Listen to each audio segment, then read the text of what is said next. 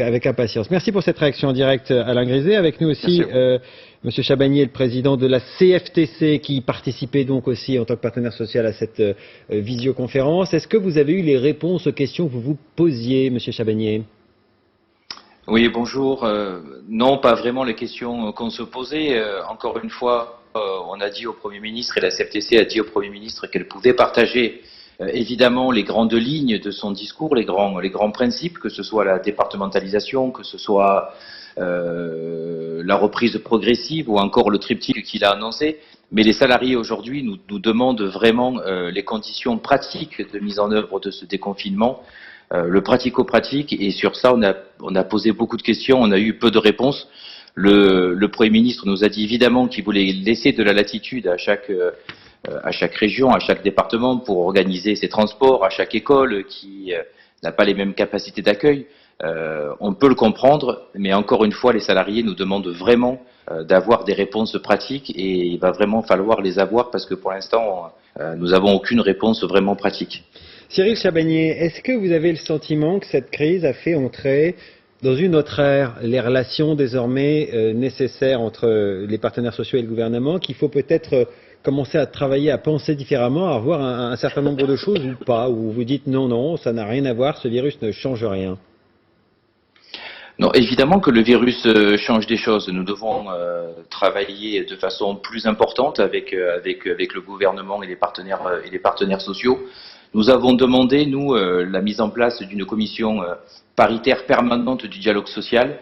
Nous avons demandé aussi, accompagné d'autres syndicats, de la mise en place d'un comité d'experts en sciences sociales qui pourrait justement travailler sur les suites psychologiques du confinement et du déconfinement, car il va y avoir évidemment beaucoup de questions à se poser. Donc on doit travailler de façon plus intense, plus permanente, dans un bon dialogue social, parce qu'on voit aujourd'hui que ce déconfinement et que cette crise passe par un dialogue social intense si on veut s'en sortir aussi bien d'un point de vue sanitaire qu'économique. Mais je pensais au-delà, évidemment, se parler un peu plus et un peu plus régulièrement, ça très bien, mais peut-être se parler différemment aussi. Quand je vous dis ça, j'ai pas de piste sur la table, mais on a le sentiment que tout ce qui était défendu pied à pied dans le monde de l'avant-Covid, aujourd'hui est en train d'exploser. De fait, le télétravail, un certain nombre de choses qui sont en train de bouger dans le monde du travail. Est-ce que vous pensez qu'il faudrait, on en parlait avec François juste avant, une sorte de Grenelle, et là pour le coup le mot ne serait pas galvaudé, de Grenelle justement du droit du travail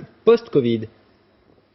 Oui, il faudra une sorte de Grenelle du monde du travail post-Covid, revoir les conditions de travail dans les entreprises, le télétravail d'ailleurs, qui aujourd'hui s'est développé. Beaucoup d'entreprises n'avaient pas mis en place de télétravail et ça modifie complètement la donne.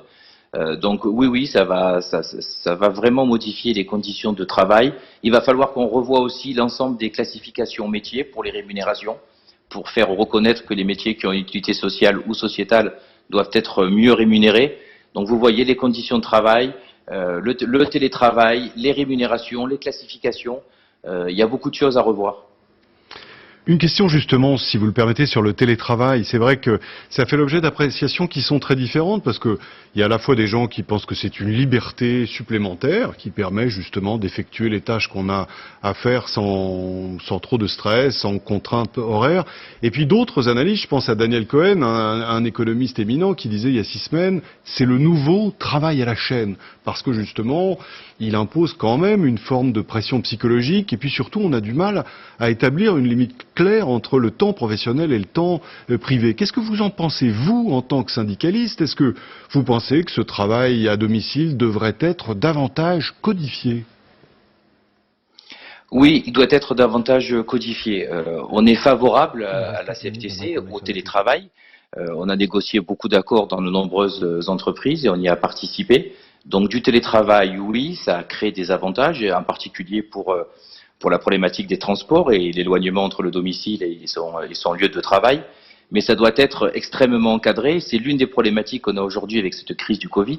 C'est qu'on se rend compte que dans les endroits où le télétravail avait été discuté, négocié, où il y a un accord, il y a le respect justement de ces différentes contraintes, temps de travail étant familial ou de pression psychologique. Et donc ça se passe plutôt bien. Et puis dans les entreprises où ça n'a pas été mis en place, où ça a été mis en place de manière un peu accélérée, imposée, parfois un peu sauvage, ça pose de très nombreuses questions. Et donc nous sommes favorables assez rapidement, et on l'a dit d'ailleurs à la ministre du Travail et au Premier ministre aujourd'hui, à pouvoir discuter du télétravail, poser des règles pour que cette forme de travail, qui s'est largement développée ces derniers temps, puisse être faite dans des conditions optimales et pas à n'importe quel prix. Mais ça pose de nombreuses questions, donc il faut l'encadrer. Merci Cyril Chabagnier, président de la CFTC, on l'a bien compris, hein, une réunion qui a peut-être posé autant de questions qu'elle n'a apporté de réponses, mais des questions qui sont d'ampleur et qui vont peut-être permettre de redéfinir un certain nombre de choses à l'issue de cette crise. En tout cas, c'est votre état d'esprit, si on a bien compris. Merci à vous de cette intervention en direct sur LCI. Je voudrais qu'on dise un dernier mot ensemble, François, avant de